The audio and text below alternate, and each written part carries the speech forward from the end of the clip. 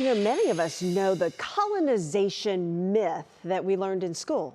Yes, in 1492, when Christopher Columbus sailed the ocean blue, what he discovered, though, was not a new world. It was one inhabited by millions of indigenous people.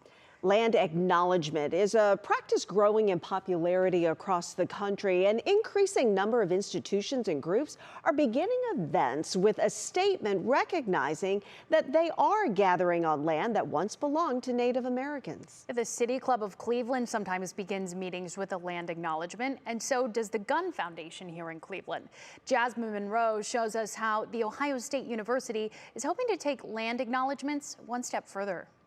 Cheke mitoseniake, alime mekulendangeke, The Ohio State University, eteke akishakonge, ehe wiakiange, miamiake, shawanuki, wahunahake, wapanakiake, pewaliake, natowake, pasikaniake, achipwiake, katuake. For the past year, the university has been working towards making reparations to indigenous tribes affected by the loss of land. A report from High Country News, land-grab universities expose the history of land-grant institutions founded by the Morrill Act of 1862. Profits from the sale of indigenous land were used to create OSU's campus. As the saying goes, for all marginalized people, right, all oppressed peoples, is that it's not about us without us. John Lau is the associate professor at OSU who works on a team helping to make land acknowledgements more actionable. We're asking Indians.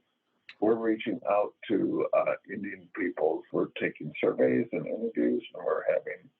So we want to ask the Indians. There's probably more than 100 tribes with some kind of connection to Ohio State. So far, $230,000 have been awarded to the land acknowledgement team in internal grants. Molly Rambo is a Native American from Berea and a student at OSU, and she believes more needs to be done. For us being the third largest land grant university and having that much acreage, you would think the university would step forward and do more. What is that money being used for? It was Native land. Why don't we have more programs, or why don't we have more educators, Native educators, or even Native individuals in spots of higher position? And although Native students make up less than 0.1% of the population on campus, Lau and Rambo say it's time for Indigenous people to receive recognition. We're just asking for basic human decency and for what is ours back. And at the very least, that's what we deserve. Be more than an ally. Just don't say you're there for us. Be there for us. We are still here. My culture is not dead. For Turning Point, I'm Jasmine Monroe.